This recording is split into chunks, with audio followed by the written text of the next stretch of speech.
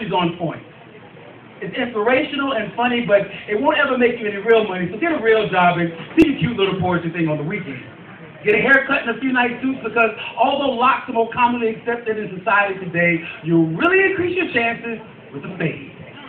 And I expressed to them that this is not an option. And I know that I need a job right now, but that every hour I'm not on the clock will be dedicated to my God, to my family, and to my art.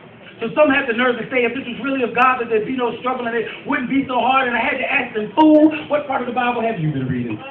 Have you forgotten Joseph, who was shown he ruled the world in dreams by God? He went to being thrown into a pit by his brothers, sold into slavery, and put in the jail for a false attempted rape charge.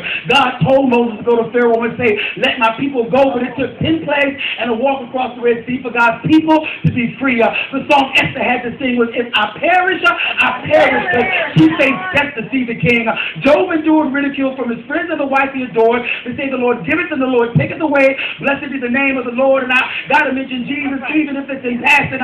How many of you have seen that movie, The Passion? You're going to tell me his call came without trials.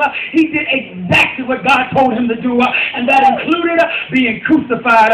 Now, I don't liken myself to Christ, but we as poets are crucified all the time for the words we say. We are persecuted for the passion of which we perform so far outside the norm we couldn't conform if we wanted to. Our comfort zones simply don't exist.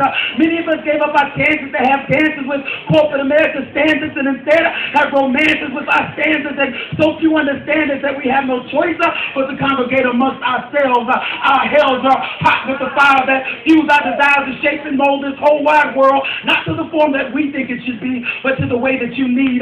So often the proletarians of the entertainment industry, because visions of riches don't inhabit our dreams, because so few make it out of this lower caste.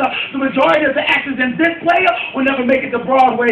That poetry makes up about 1/10 of 1% of those to whom it makes sense to dedicate their life to the pen. We submit our souls in manuscripts that could open our hearts to pens, but even when the desk is covered with rejection letters and we lose more slams than win, we pick up the smoking parts of our broken hearts and they ring around the rosy again. But so few understand that we are family. I've been in slams where I was half a point behind another poet, went to them to ask what poem I should do next, and their honesty probably cost them the whole contest. There was another poet whose CD someone wanted to buy, but Maine didn't sell his own CD, so that person also bought mine. I traveled to Washington, D.C., no hotel needed, because a poet I'd only seen 5 times in my life gave me a spare bedroom to sleep in. So this is why I got to hit every event, sit at every open mic, so I can sow into another poet's life at least a percentage of what's been sown into mine. I mean, we give away about as many CDs and chapbooks as we sell, because on each track and on each page our story dwells. We hustle to move units to go platinum. We'll even take gold, because 1,000,000 CDs sold means to reach 1,000,000 needy souls. So, we get more miles than our cars in 6 months, the most due in 6 years. Got the Greyhound bus schedule memorized. For $50, we'll go to a city we never been to in our lives. So don't ask me why I do this. You're asking the wrong thing.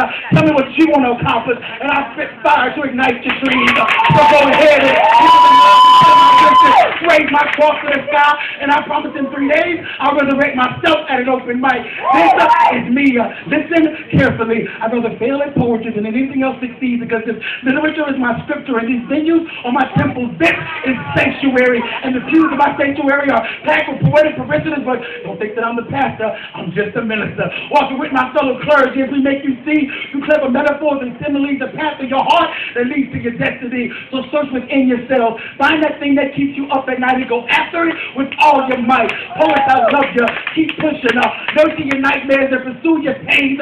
Squeeze them into your pens and write a love letter to this world that'll cause more grunts than grins. I pray to God to let me die behind the mic at 95, splitting fire to save somebody's life, because I promised him at 32. Since Jesus gave his life for me, the least I can do is through my poetry and my ministry is mine to you. It's my pleasure.